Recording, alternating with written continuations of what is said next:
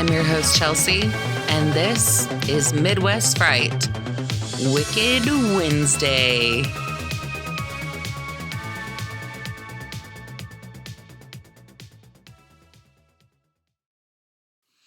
Hey, spooky people. It's Wicked Wednesday, of course.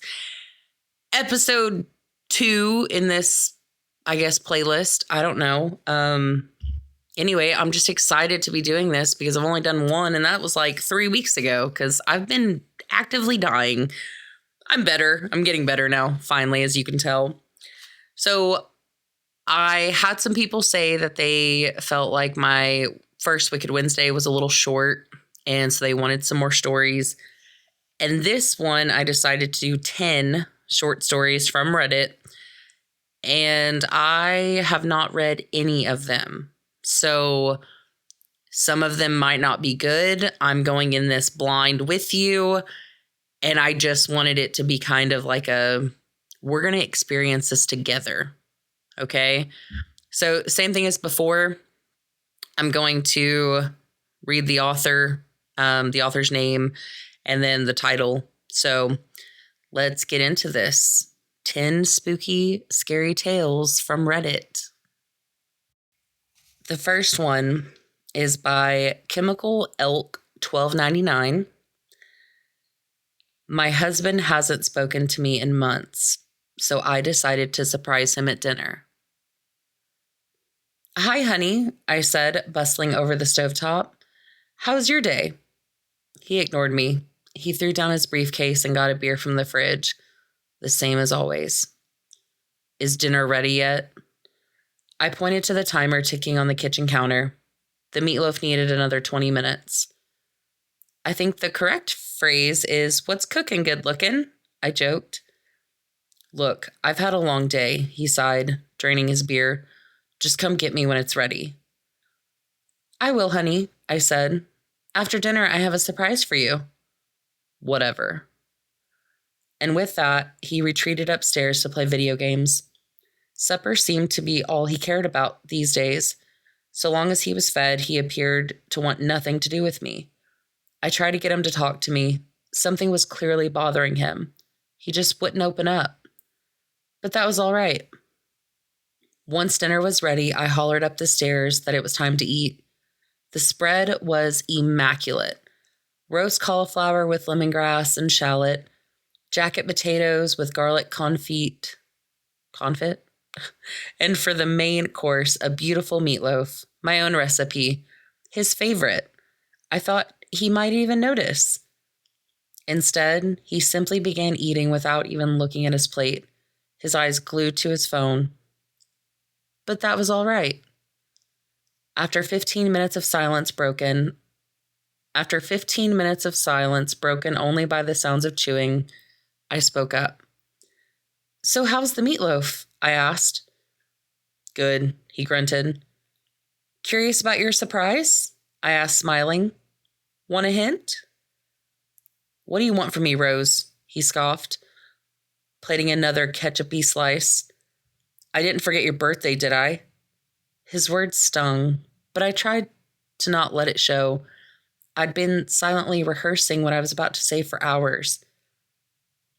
Actually, I wanted to talk to you, I said. About the baby? He stopped chewing for a moment, his jaw set.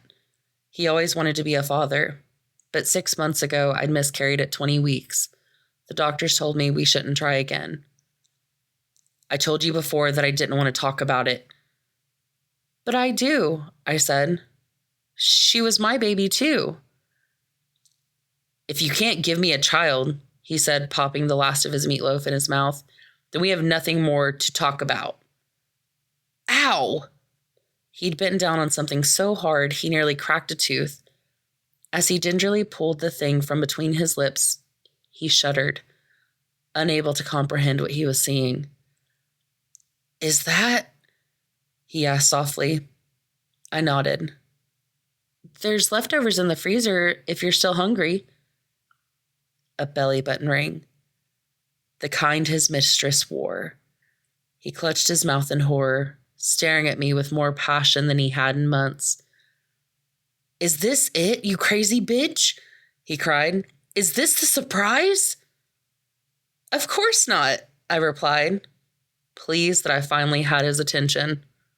She was pregnant. Oh, fuck. Damn. Okay, so maybe I should have went over and read these again. Would you guys go to that extreme? No? That I could imagine that being like an American Horror Story, like one of those short ones. Oh, God. Number 2. This is by Been There 11, The Girl from the Bar. He was sitting at the bar when he saw a group of girls entering. His eyes met with one of them. He and his wingman approached the group, and soon they were all laughing and talking over a few rounds of drinks. The one he desired asked if he wanted to dance. He picked a song, and they danced as others laughed and danced amongst themselves. It was 11 p.m., and she asked if he wanted to go back to her place. He nodded, and they took the Uber back to her home. As soon as they got out, they started making out. She opened the gate to the house, and soon a dog jumped on him and bit hard. She ran away inside screaming. She came back with a stick to wave the dog off and helped him inside. As he lay on the couch while she fetched water for him, he heard more growling. 5 dogs growled and jumped on him and mauled him as she watched him pass out quickly. She ordered them to stop. She got them to go back inside their cages. And as a reward, took some bones out of the refrigerator and threw them inside the cage. Her canines extended as she went for his jugular. Oh, that was short and sweet. So, moral of that story is just don't go home with a stranger. And if you get by a dog, don't go inside, just leave. Gotta go. No, thank you. Number 3. This is also by Chemical Elk 1299. It's called It's Hard Being an Old Man All Alone, So I Hired a Live-In Nurse. It's no fun being old. Cloudy eyes, brittle bones, muscles gone soft. It's not easy to get used to. But at least I had Janine. She was my home health aide, about 25, a pretty little thing. Being so vulnerable around a stranger was uncomfortable at first, but her friendly demeanor soon put my mind at ease. As I showed her to her room, she kept going on about how nice the house was. Wow, Mr. Stevens, this place is gorgeous. With what I paid for it, it bettered be, I joked as she held my arm. Sir, she said, smiling as she looked around, I think we're going to be good friends. And she meant it. Janine helped me with everything. Chores, cooking, keeping track of my bills, always with a smile. Eventually, I could hardly remember how I ever got by without her. Her 3-month contract soon became 6 at my request. Then 9, and each time she seemed more than happy to stay. Insistent on it, as a matter of fact. By New Year's Eve, she'd been with me for nearly a year. We'd just finished watching the ball drop. I was about to go to bed when I noticed Janine looked different as she asked me a question. Jim, where's the money? You want a raise? I chuckled. Don't bullshit me, she hissed, her words dripping with frustration. I only took this job because I heard you were loaded, and I'm getting what I came for. As it dawned on me that she was serious, I noticed the gun she pulled from her jacket pocket. An old man in a big house all alone, cash, jewelry. She gestured toward the stairs with her gun. Take me to them. Begrudgingly, I led her to the safe hidden in my bedroom closet. She forced me to open it, not before I spit in her eye. Liar. Without blinking, she put a bullet in my chest and began to rummage through my valuables. Just what I'd been waiting for. I don't know what she realized first, that there was no money or that she couldn't move. She collapsed, paralyzed by my venom, as the ragged hole in my ribs closed before her eyes. As I slid my proboscis down her throat, she gazed up at me in agony as her face began to sag and wrinkle. And for a split second, just before the transformation was complete, she didn't see Jim Stevens' face. She didn't see her own. She saw mine. Taking the shape of the rich old man had been fun for a while, but as I changed into Janine's clothes, I was ready for something fresh. Soon, police would find Jim Stevens dead on his bedroom floor. No one would ask questions, and I'd have a new body, one dripping with opportunity. As I practiced sobbing with Janine's voice before dialing 911, I smiled. What is it human kids say? New year, new me? All right, hold on. I gotta Google what the hell is a proboscis? What did he shove down her throat? Hold on, how do you spell that? We're gonna pause for a second. So I'm probably definitely saying this wrong, but it's a proboscis. It's a long, flexible appendage that extends from an animal's head. It can refer to the snout of a vertebrate or the mouth parts of an invertebrate. So like butterflies, moths, flies, weevils, stink bugs, elephants, like, you know, the elephant's trunk, like, and then the butterflies, like little tentacle things. Ew. Okay, that's gross. So I guess he was like a shapeshifter, and I guess he used a body until it got old, and oh, okay. That was wonderful. I liked that, actually. I could picture that being like a Goosebump series. Oh, do you guys remember the Goosebump series? Besides the books, but I'm talking about the actual show. That was good. Number 4. This is by GRPZY. Gripsy. My husband forgot my birthday again, so I got him a gift he'll never forget. This year, my husband forgot my birthday. Again. He didn't notice the candles burning on the cake I baked myself. Didn't notice the carefully wrapped box sitting on the kitchen counter all day. When he got home, he mumbled something about a long day and disappeared into his office. By 9 p.m., I was done waiting. I knocked softly on his office door. Yeah, he called without looking up. I stepped inside carrying the wrapped box. Happy birthday to me, I said, setting it on his desk. He glanced at the box, sighed, and leaned back in his chair. Babe, you know I've been busy. I cut him off. Just open it. He rolled his eyes, but pulled the ribbon loose and peeled away the paper. When he lifted the lid, his face went pale. Inside was a severed hand, fingers still curled tightly around his phone. His phone. You see, this year, I said with a smile, I got myself the gift I really wanted. Your attention. He stared at me, his breath hitching. Whoa, what the hell is this? You don't recognize it? I asked, tilting my head. This hand seemed to be holding all of your affection lately. I thought I'd free you from the distraction. His eyes darted to the door and then back to me. Is this some kind of sick joke? Oh, it's very real, I said. But don't worry. I made sure he wouldn't miss it. He went pale. He? Yes, I said sweetly. The work buddy you've been texting all hours? Or is it fantasy football 123? Honestly, it doesn't matter. I've had time to go through all of your messages while I prepared your gift. He pushed back in his chair, trembling. This is insane. Where is... Shh, I said, placing a finger over his lips. It's rude to spoil a surprise. Besides, you should be thanking me. This is the most thoughtful gift I've ever given you. Something to remind you of what you have at home. His breathing quickened, but he didn't move. Smart man.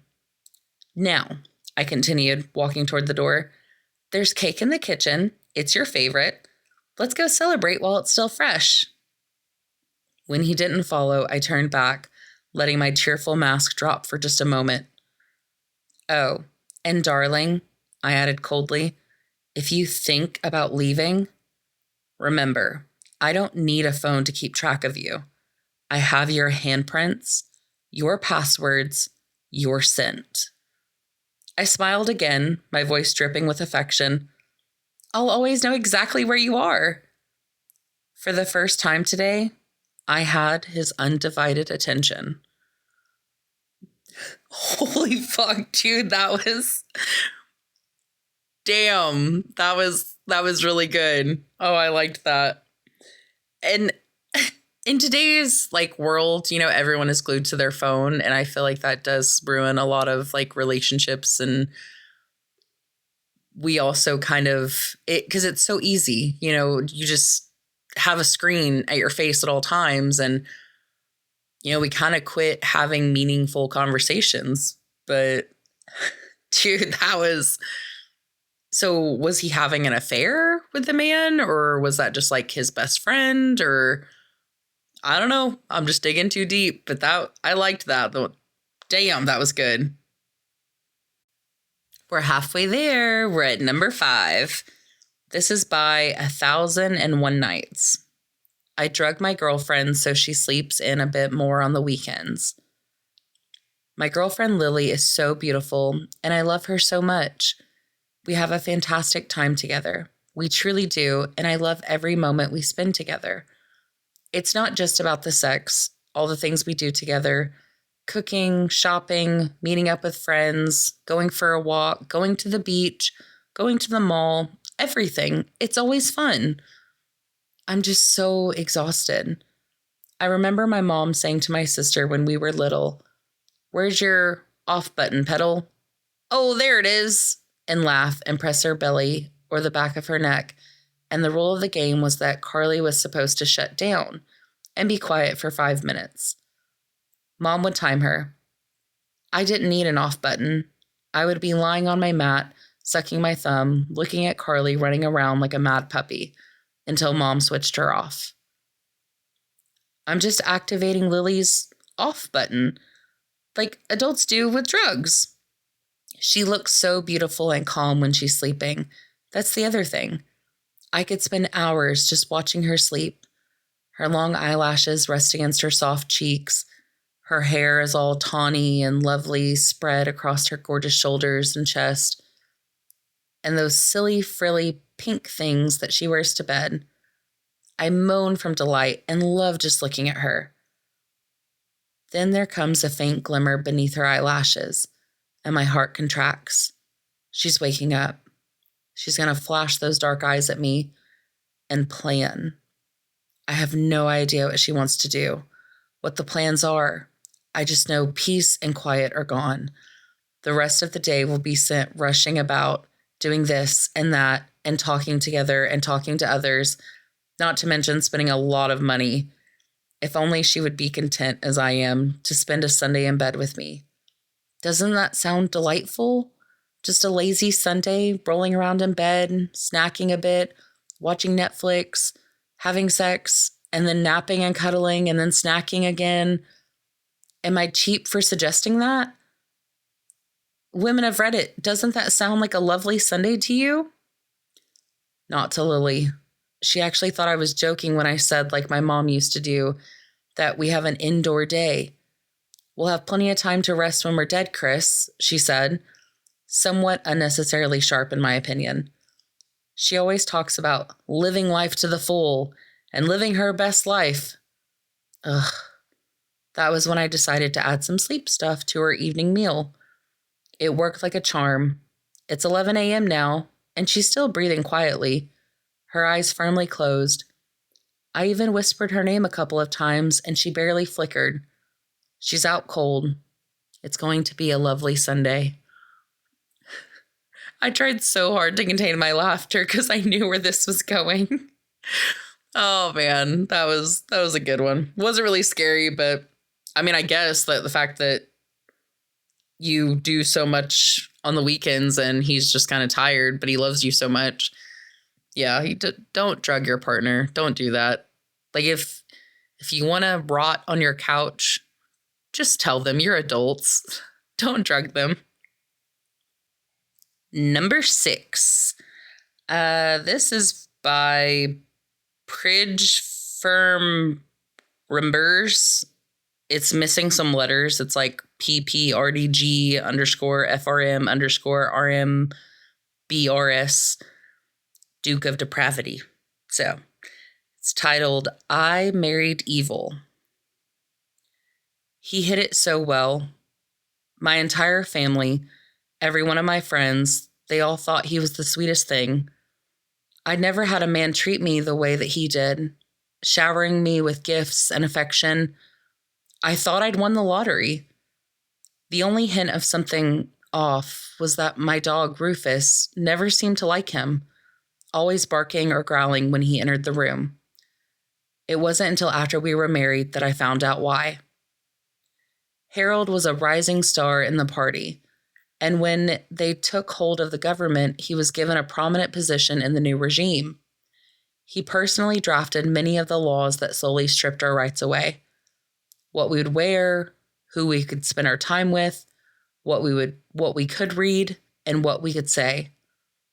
Eventually, women were simply declared the outright property of the men in their lives. First that of their father, or closest male relative, then of their husband. If a woman had no male family and no husband, she became the property of the state and was sent off to a labor camp, whereby she was either forced to work or forced to produce babies for the propagation of the party. There was nothing we could do about it either, as of course, the first legislation Harold implemented removed our voting rights, and obviously due to our inferiority, all women had been dismissed from governmental positions. I tried to reason with him in the early days, argued until I was hoarse that what he was doing was wrong, was immoral. But you cannot reason with a tyrant. You cannot reason with evil. Harold even took Rufus from me, had my sweet boy sent away as punishment for my inability to bear him a child. 5 years into the nightmare, there were many days that I contemplated just ending it all, and I might have done it had it not been for one small consolation that blossomed in the bleakness. He developed cancer. Aggressive, inoperable. At best, he would only live for a year after his diagnosis, and I gleefully watched him grow more and more feeble with each passing month. Upon his death, my ownership was to revert to my kind, gentle brother, and I knew that if I could just outlast Harold, the remainder of my life might be lived in peace. So I celebrated the day Harold drew his last breath, smiled honestly for the first time in many years, even laughed a little when they came to collect his corpse for cremation. But my joy did not last long. Harold had one more terrible surprise for me. I would not be going to live with my brother. I would not, instead, be going to a labor camp. No, he penned a final regulation that would go into effect at the time of his passing. Any wife surviving her husband shall be, forthwith, buried or cremated with him. Oh, no. I guess we're going on the run. Ooh, I got goosebumps. I didn't like that one. I mean, that was very good. And that is kind of scary. I feel like that would kind of be a good series or a short movie as well. I like that. I like some good war or kind of political type films. Ooh, what you guys think about that one? Coming in at number 7. God damn it. This is by Muncher Eater. I fucking hate Reddit. It's called I Shot Myself to Stop Him. If you're reading this and you're confused, then it probably worked. I'm sorry I had to take such drastic measures, but it needed to happen. I'm unsure if you will remember, but you tried everything. The pills just numbered your emotions. Therapy only made him more tactical. Even your time in the nut house couldn't eliminate him. You called him Damien. I'm scared to even mention his name and risk you remembering. In the early days, you used to hang out together. You thought he was your friend. It didn't take long for Damien to start interfering with your life. All the lost relationships, troubles at work, losing time, you always lost so much time. Damien is not real. Please never forget that. It took you a long time to really understand Damien was inside you. He took over you. He took over when you least expected it and pretended to be your friend when you were sober. If someone is trying to get close to you, don't let him. It's Damien trying to gain control. My hope from this letter is that he'll never be again. What I did or what I'm about to do should kill him permanently. I have a plan. I got a gun and I will use it to shoot myself. Don't worry, I'm not going to kill myself, but to trick Damien into thinking I did. If everything goes well, you'll wake up in the hospital. I hope you can be yourself again. Love, Dennis. I found this letter on my desk. Read this when you're back, was written on it. I was just released from the hospital. The doctors told me I lost good chunks of my memory. I remember one of them addressed me as Dennis. If this letter is true, then I should be on the safe side. Something felt off, though. I needed to make sure. There was a package on my porch. Maybe the name there could give me clarity? A box of ammo. Addressed to Mr. Damien Durden. What the fuck? I entered a state of panic. Some memories were flooding back. Who the fuck was I? I ran back to the letter, hoping to find something, anything I missed. I flipped it over. Dennis is not real. Don't. The writing abruptly stopped. There was a knock at the door. I don't even remember opening it due to the state I'm in. Mr. Dennis, I need to talk to you. It was the doctor. Why do you need to? I'm afraid we let you out of the hospital too soon. Please come back with me to take further tests. Yes, please. I need help. I noticed the ammo box in my hand had a little note on it. This was the plan all along. You know what to do. Weirdly, the gun was already in my hand. I loaded the bullet and aimed at the doctor. Dennis, you don't want to do this. I fired. Everything went dark. So is that like split personality? Back and forth, Damien, Dennis? So, yeah, someone here on the comments said this is the plot of Fight Club, basically, but with multiple personalities instead of two. They leave messages to each other. Huh. That's kind of, yeah, that's what I got too. Okay. That's a little creepy. Apparently, a lot of them that I have saved is by Chemical Elk 1299. So we know this one's going to be some like creature supernatural stuff. So far, I like theirs. Theirs are pretty good. All right, this one is I'm a facilitator for my local Narcotics Anonymous. I have a unique way of helping my fellow addicts. Before we begin, I said, we have someone who'd like to introduce themselves. The young woman glanced nervously up at me, anxiously picking at the loose thread of her ratty jacket. I gave her a reassuring smile, motioning for her to stand. Hi, she said, a little awkwardly. I'm Brittany, and I'm an addict. Her story was typical, early 20s, addicted to meth, used to live with her dealer/boyfriend until he threw her to the streets for pinching his stash. She'd began turning tricks in the cold Chicago night to get her fix, and she wanted out. It still took me weeks to convince her to come to a meeting. Brittany still looked a bit uneasy as we adjourned with the Lord's Prayer, but quickly warmed under a dozen welcoming hugs. I think I even saw her smile. Once the last of my group had left, I had Brittany stay behind. It was time for her private treatment. I learned long ago what a beast addiction is and how my gift could be used to overcome it. I asked her to look deeply into my eyes, just as the others had. She nodded blankly as the compulsion took hold. I commanded her to extend her arm, where I gently made the smallest incision above her wrist. Then, detox. I carefully drew the poison from her blood. It tasted a vile film across my tongue. She felt no pain. When it was done, I took care to retch it all into a bucket. I snapped my fingers and she rose, walking out of the door into the blustering evening. With any luck, I'd see her again next week, with new friends and well on her way to a new life. There was just one final matter to attend to. I knocked 3 times on the grimy apartment door. "Yeah, who is it?" a young man shouted over blaring music. "My name is Matthew," I said. "Is this where Brittany Morgan used to live?"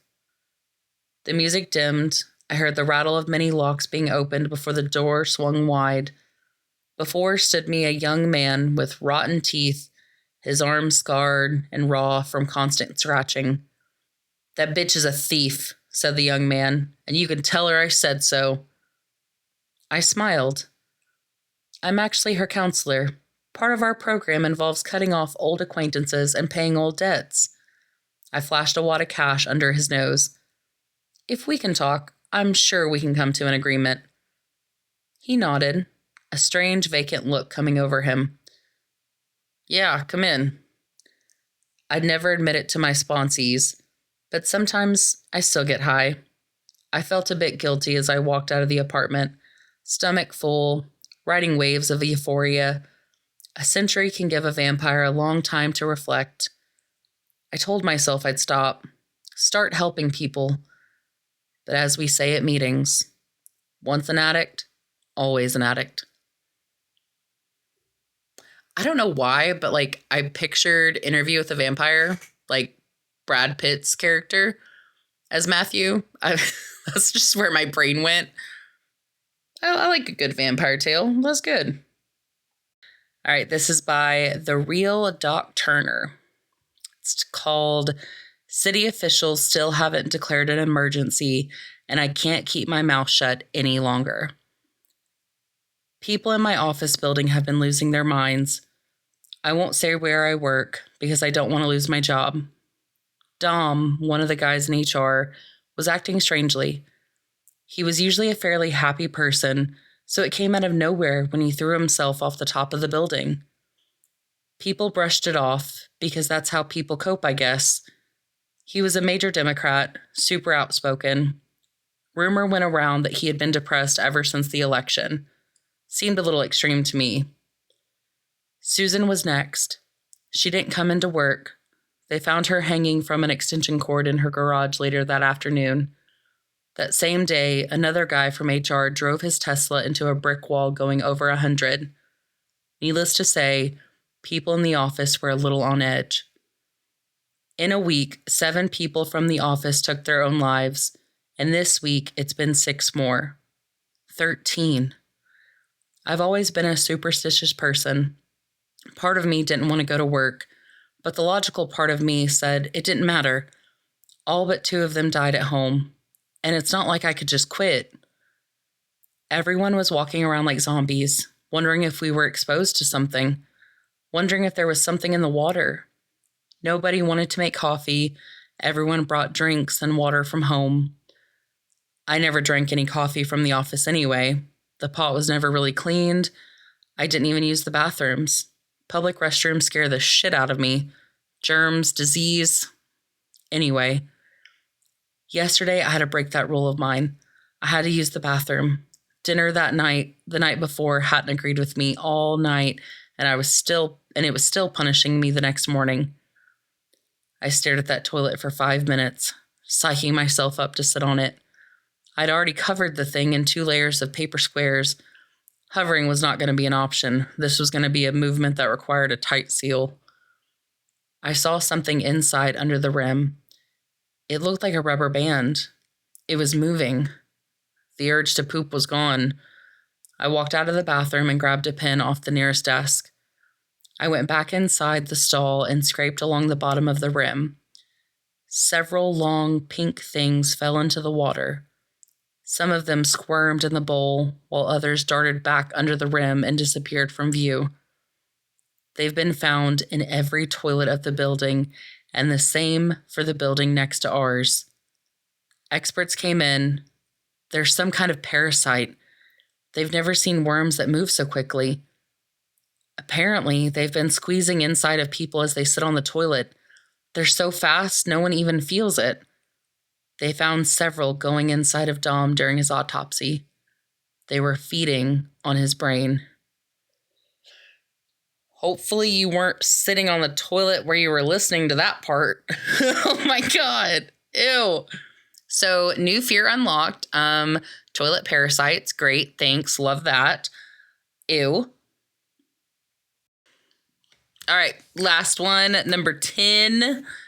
This one is by Deleted. So I don't know if they deleted their account or if that's just their name. It's called My Husband Was Constantly on His Phone.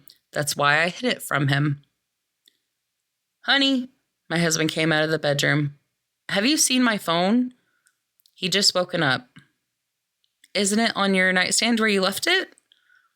We each have one of those magnetic charging pads on our nightstands where we leave our phones before going to bed. That's where it should be, he replied, but it's not there. Did you check under the bed? Maybe it fell off. That has happened before. I did, but it's not there. Let me try calling it, I suggested. I picked up my phone and dialed his number as he started wandering around the house trying to see if he could hear it. Anything? I asked. Shh. He held up a hand to silence me. I thought I heard it. I knew that wasn't possible because the phone wasn't in the house. I have a confession to make, I smiled. What kind of confession? He eyed me suspiciously. I took your phone last night and hid it. You what? He sounded irritated. I hid your phone, I repeated. Why would you do that? He snapped. To teach you a lesson because you're always on it, I replied.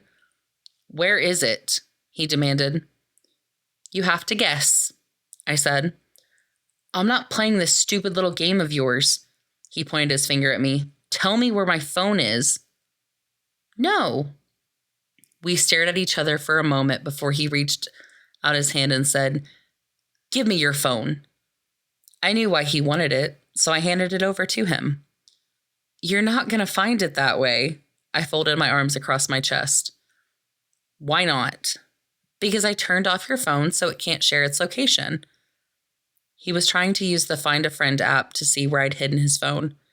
Give me my phone, he yelled at me. Fine, I snapped back.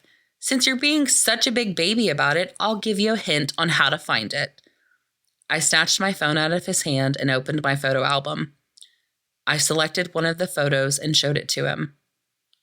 My husband gasped when he saw the bloody body of his mistress lying on the ground.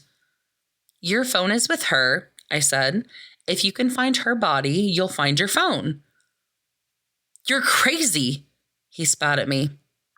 I just smiled and said, You better hurry up and find it before the police do. What the fuck, dude? Is something going on? Do I need to start doing some investigating in my personal life? Just kidding. I would not go to that extreme. Because this is all recorded. Anyway, holy shit. Okay. So, if your partner hides your phone, you just better hope that you weren't hiding anything, that you shouldn't be doing. Yeah. Okay. So what did you guys think? Which one was your favorite? I think my favorite, let's see here. I kind of liked the old man with the live-in nurse one because that just reminded me of like a sci-fi, like the old sci-fi show or whatever that used to show horrible B and C list movies. That reminded me of that, so that gave me some nostalgia. I thought the drugging my girlfriend so she would sleep was pretty funny. So yeah, you guys tell me which one you liked. Leave a comment or send me an email, whichever. Yeah, so I hope you guys are enjoying these Wicked Wednesdays, and whether you're on a car ride, going to work, on a trip, even if you're at home doing some chores, or if you're sitting on the throne, the porcelain throne, watch out for those parasites. Hey, and don't forget, go to the Movie Monday episode, The Boogeyman. In the show notes, there is a poll for the next Movie Monday. If you're not into the commentary on the movies, that's perfectly fine. But if you know either one of those three, leave a vote so that way other people can enjoy the following Movie Monday. Thanks, guys. Stay spooky. Thank you so much for listening. You can follow me on Spotify and YouTube. I even have a Patreon. Send me any requests or your own personal stories at midwestfrightpodcast@gmail.com. Thanks for listening. Talk to you soon. Bye.